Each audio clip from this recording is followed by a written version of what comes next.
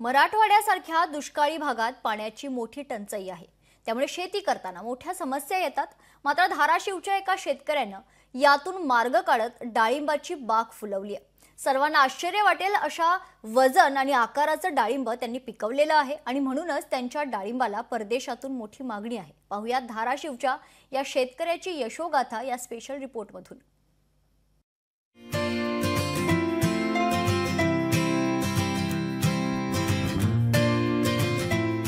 अर्धा किलोचं डाळिंब शेतकऱ्याची कमाल। धाराशिवचे डाळिंब पोहोचले साता समुद्रापार। 3 एकर मधून कमावले तब्बल 33 लाख रुपये। हातात लालबुंद डाळिंब घेऊन उभारलेले हे आहेत आनाळा गावचे शेतकरी गोकुळ हिवरे। गोकुळ हिवरे यांचा सध्या महाराष्ट्रात बोलबाला आहे, कारण त्यांनी पिकवलेलं डाळिंब सध्या महाराष्ट्रातच नाही तर देशच नाही तर परदेशात देखील पाठवलं गेलंय। 3 एकरामध्ये त्यांनी डाळिंबाची 1200 झाडं लावली। त्यातून त्यांना 35 टन डाळिंबाचं उत्पादन मिळालं।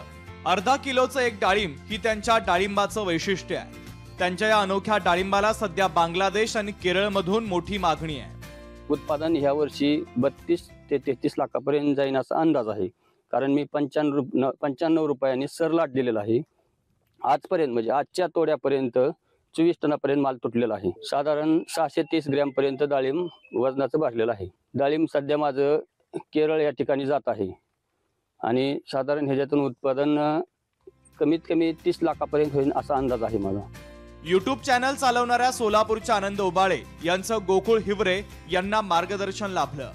डाळिंबाचा आकार, वजन आणि दर्जा राखण्यासाठी त्यांनी योग्य नियोजन केल्यानंच हे यश मिळालंय। साईजसाठी जे आहे ते आपण साधारणपणे 60% जैविक खतांचा वापर आपण जास्त केलेला आहे, किंवा त्याच्यामध्ये आपण स्लरी असो, वेगवेगळ्या स्लरी आपण कोणत्या घेतल्या पाहिजे आणि ते कोणत्या फेजमध्ये घेतल्या पाहिजे।